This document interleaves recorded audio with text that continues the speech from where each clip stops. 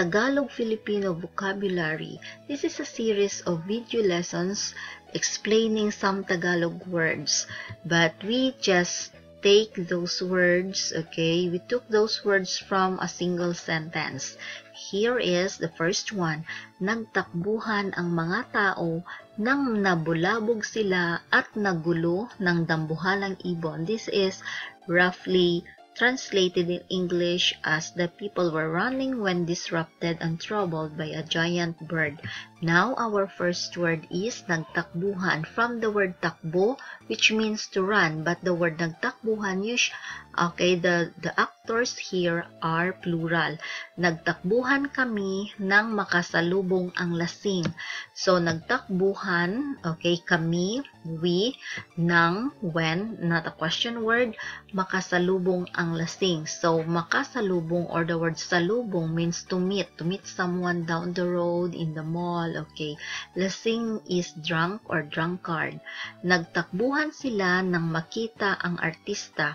Here in the Philippines, some Filipinos call celebrities, actors and actresses, singers as artista. So, nagtakbuhan sila. So, you notice after the word takbuhan or nagtakbuhan, okay, is the plural or rather pronoun or the doer of the action. Next sentence, nagtakbuhan ang mga dalaga papunta sa stage.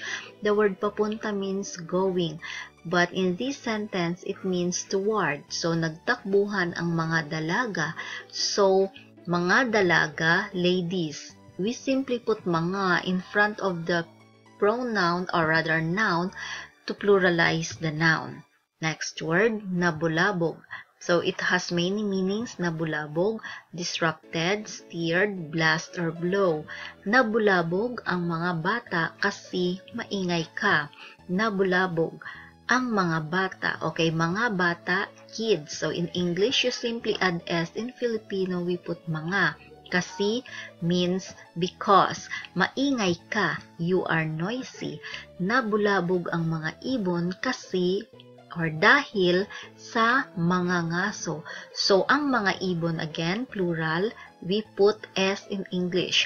Dahil, kasi, just like this, the word kasi, because, mga ngaso, hunter. It could be that the birds are silent or quiet, and then this came the hunter. So, nabulabog. Another, nabulabog ang buong bahay sa nangyari. Bahay literally means house, but in this sentence, it means the whole family. Sa nangyari, it could be to what had happened. Okay, you notice there are several meanings of nabulabog, okay, in these examples of sentences. Next, naggulo. So, naggulo, okay, they are so many meanings. We have here a lots of meanings of nagulo. Nagulo ang schedule ko.